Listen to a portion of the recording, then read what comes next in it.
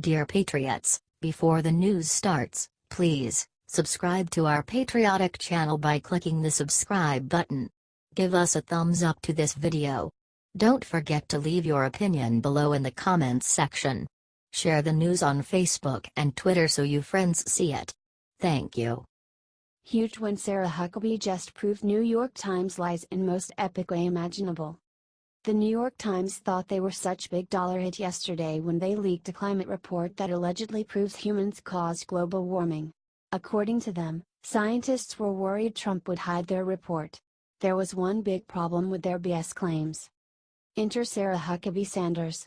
Yesterday, she smashed the lying New York Times claims about their leaked report by revealing the one thing they didn't want anyone to see. Sarah Huckabee revealed the article leaked to the New York Times was actually a publicly available draft. Huckabee told a gaggle of White House reporters on Tuesday afternoon. It's very disappointing, yet entirely predictable to learn the New York Times would write off a draft report without first verifying its contents with the White House or any of the federal agencies directly involved with climate and environmental policy. As others have pointed out, and the New York Times should have noticed, drafts of this report have been published and made widely available online months ago during the public comment period. The White House will withhold comment on any draft report before its scheduled release date. Damn Sarah. You go get 'em. The White House is not gonna even comment until after the official release date for the report. See what I mean? So, there you have it. The New York Times was so intent on being heroes instead of journalists that they published a document claiming it was leaked from 13 federal agency scientists and didn't even bother to confirm. Sad. Do you think these journalists have abused their First Amendment rights? Comment your answer and share this out with everyone.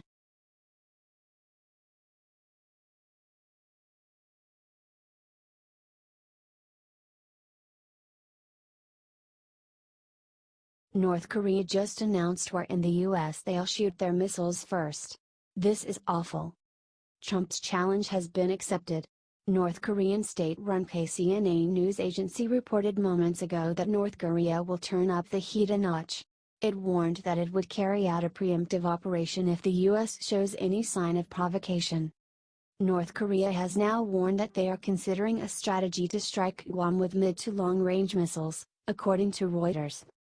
Nuclear bombers from Guam fly above the sky in South Korea and are flexing their capabilities of striking North Korea's strategic bases.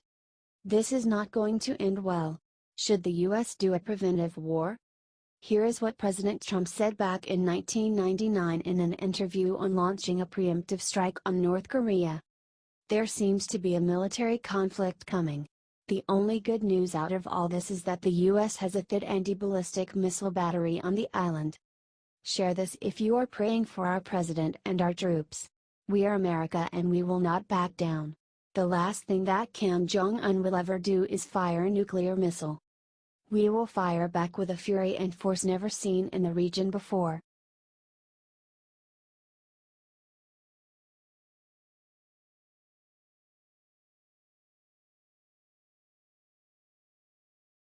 When Trump just went to speak on opioid epidemic, Melania did the incredible. President Trump held a meeting in New Jersey Tuesday to address the nation's growing opioid crisis. President Trump outlined the crises in no uncertain terms, saying at one point, "It is a problem the likes of which we have not seen. The opioid epidemic is ravaging the nation and people continue to die and have their lives ruined." President Trump is no stranger to addiction. His older brother died at the age of 43 after struggling with alcoholism. Melania then launched the hashtag Stop Drug Addiction headline. This is a big step for Melania, who normally shies away from policy debates. The move is reminiscent of Nancy Reagan, who publicly advocated the Just Say No campaign meant to combat the crack epidemic. Melania was next to her husband throughout the meeting, providing him support the entire time. Throughout the speech, the president made one thing abundantly clear. We will fight this deadly epidemic and the United States will win. This drug crisis is tough and has so far ruined countless lives. President Trump is tough too though. If anyone can put the brakes on this awful epidemic, it's him. And it's great to see Melania will be fighting right alongside him. HT Daily Mail.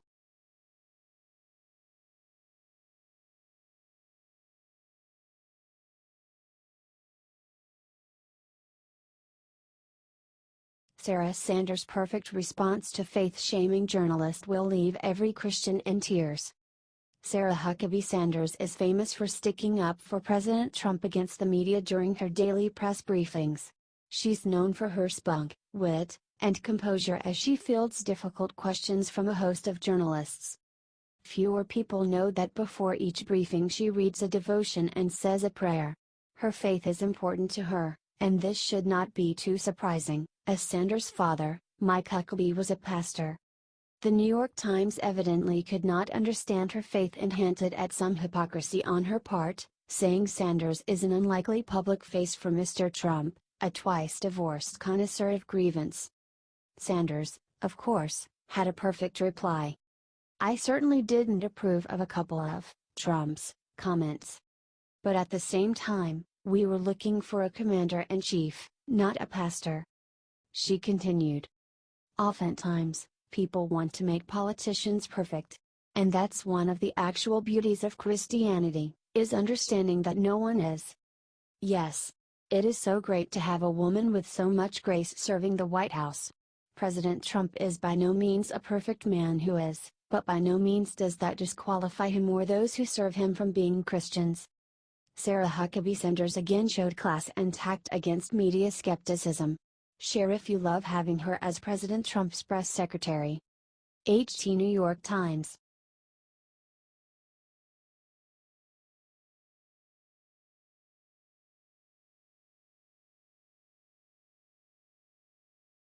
Pure genius. Trump just revealed the truth about him and Mueller. Now Dems are freaking out. The media has been trying to create a massive firestorm over claims that President Trump plans to fire Special Investigator Mueller, something Trump has never said. Well, sorry suckers. Y'all just shoved a MSM foots in your mouths and Trump made you eat your words. Look what he's been up to with Mueller. Donald Trump has been in contact with Robert Mueller throughout the investigation. His lawyer revealed earlier today that Trump has been sending friendly messages back and forth with Mueller for quite a while now. Trump's lawyer John Dowd told USA Today, "We get along well with Bob Mueller, our communications have been constructive, but it is important that our communications remain confidential. It's important that there not be any breakdown in that trust." Makes total sense.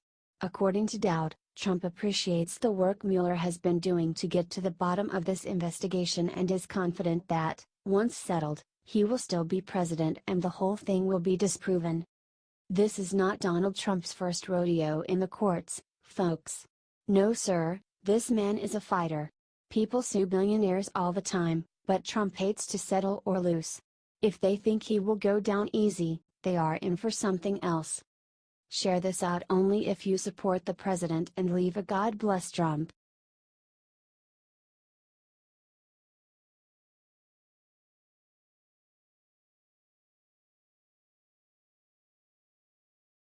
Trump's lawyer just came out and revealed something that'll bring down Obama for good. One of Trump's attorneys, Jay Sekulow, said on his radio show this Tuesday morning that he has discovered an email that connects Loretta Lynch and Bill Clinton's infamous scandal on the tarmac to Obama's White House. This is massive and it will prove how much the Obama administration was panicking after the meeting to spin the narrative. Jay Sekulow said in the show that he has found an email that connects Obama's White House to AG Attorney Lynch. Sekulow then played a clip right after that linked to a video clip of Press Secretary Josh Earnest denying the involvement of the White House.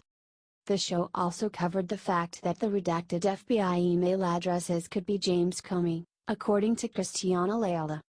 "This is not something that we can take sitting down. The Obama administration seems to have worked hand in hand in the Hillary campaign to lose the election. They probably thought they would get away with it because Hillary would win. We need to show the whole world the crimes that Obama's administration was involved in. If we don't get this information out there, then the media will cover it up. Please keep fighting, patriots. We are going to win this country back no matter what."